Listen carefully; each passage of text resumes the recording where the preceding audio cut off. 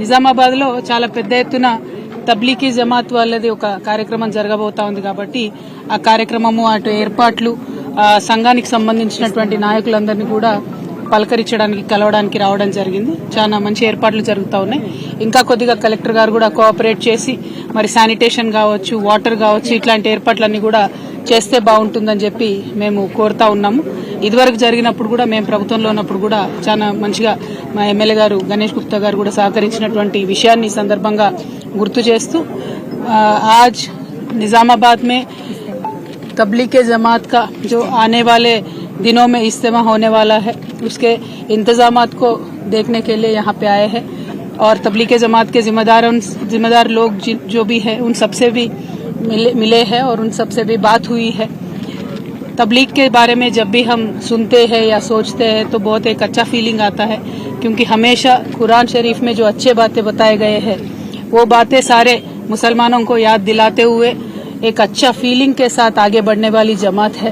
तो तबलीग जमात के सारे जिम्मेदार लोग जहाँ पे भी तेलंगाना में हैं, आप सबसे मैं यही गुजारिश करती हूँ, आप दुआ कीजिए, तेलंगाना की तरक्की के वास्ते दुआ कीजिए, तेलंगाना के तमाम आवाम अच्छे रहे उसके बारे में आप दुआ कीजिए. यही हमारी आपसे रिक्वेस्ट है.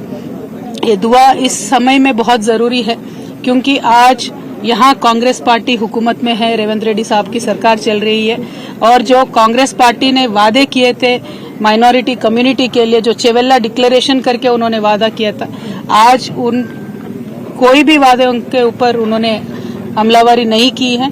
तो मैं यहाँ से डिमांड करती हूँ रेवंत रेड्डी साहब को, आप चेवेल्ला डिक्लेरेशन को इमीडिएटली अमल कीजिए. आप पे कोई भरोसा नहीं करने वाला था, इसीलिए आप लगातार गांधी फैमिली को तेलंगाना पे लाते रहे और उनके भरोसे पे थोड़े यहाँ पे लोग भी आपको वोट दिए. और माइनॉरिटी डिक्लेरेशन अब जब कर रहे थे तब सलमान खुर्शीद साहब को भी लेके आके आपने माइनॉरिटी डिक्लेरेशन का पूरा ओपन करके दिया था, लेकिन जितने भी उसमें वादे हैं वो एक भी आपने आज तक अमल नहीं किया. आपने बजट के बारे में बात किया, जो माइनॉरिटीज को मुसलमानों को इस बार बजट में दिए उसमें 4% भी आज तक आपने खर्च नहीं किया.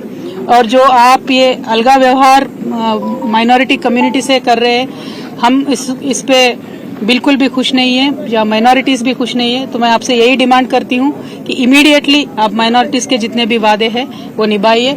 इस साल का बजट आपने 3000 करोड़ दिया है लेकिन खर्च सिर्फ 700 करोड़ आपने किया है.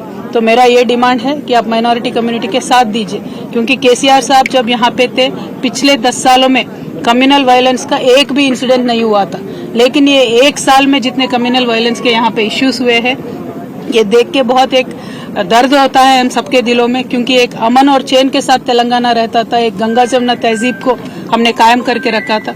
लेकिन जब से रेवंत रेड्डी साहब आए हैं ये तो कम्युनल वायलेंस पे ना ध्यान दे रहे हैं, ना मुसलमानों के तरक्की पे ध्यान दे रहे हैं, ना हिंदुओं के तरक्की पे ध्यान दे रहे हैं. इसीलिए मुझे लगता है जो जिस उनका व्यवहार है, उनका बर्ताव है, मुझे तो लगता है कि उनके रूट्स सारे आरएसएस में है, इसीलिए एक डिफरेंशियल ट्रीटमेंट ये दे रहे हैं ऐसा मुझे लगता है.